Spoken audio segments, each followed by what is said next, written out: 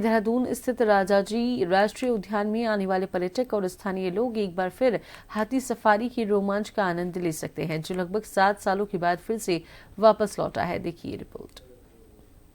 उत्तराखंड के देहरादून स्थित राजाजी राष्ट्रीय उद्यान में आने वाले पर्यटक और स्थानीय लोग एक बार फिर हाथी सवारी के रोमांच का आनंद ले सकते हैं।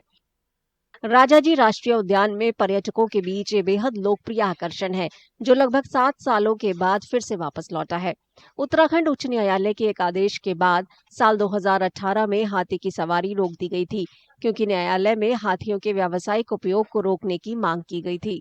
हालांकि सर्वोच्च न्यायालय ने जनवरी 2019 में प्रतिबंध हटा दिया, जिससे हाथी सफारी का रास्ता फिर से खुला।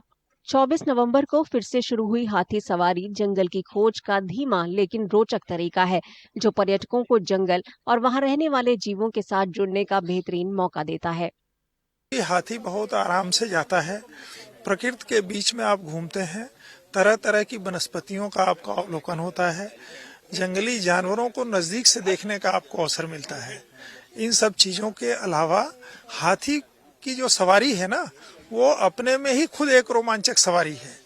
उसका अगर आप लुत्फ उठाते हैं तो वो एक अलग अनुभव है। उत्साहित बहुत हैं कि हाथी पे बैठ के कैसा लगेगा, और जंगलों से तो खास प्रेम है, और जंगलों का संग और हाथी के ऊपर सवारी तो बहुत ही अच्छा एक फीलिंग आ रही है। इससे पहले कभी किया था आपने? नहीं, हाथी पे नहीं किया। वैसे तो जंगलों में काफी घूमे हैं, बट हाथी के ऊपर कभी नहीं। पार्क प्रशासन ने जंगल घूमने के लिए सफारी के 2 रास्ते बनाए हैं, जो पर्यटकों को सुरक्षित, सुगम और वन्य जीवों के देखने का सुंदर अनुभव देते हैं।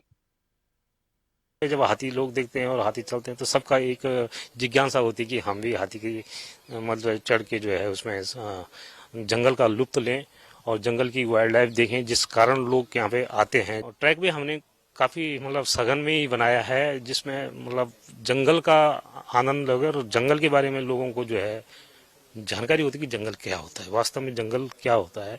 तो अभी जब इस ट्रैक से हाथी में घुसता है तो जंगल को देखे भी खुश होता है और वाइल्ड लाइफ को देखे होता है, और बड़ा लुत्फ उसका उठाते हैं।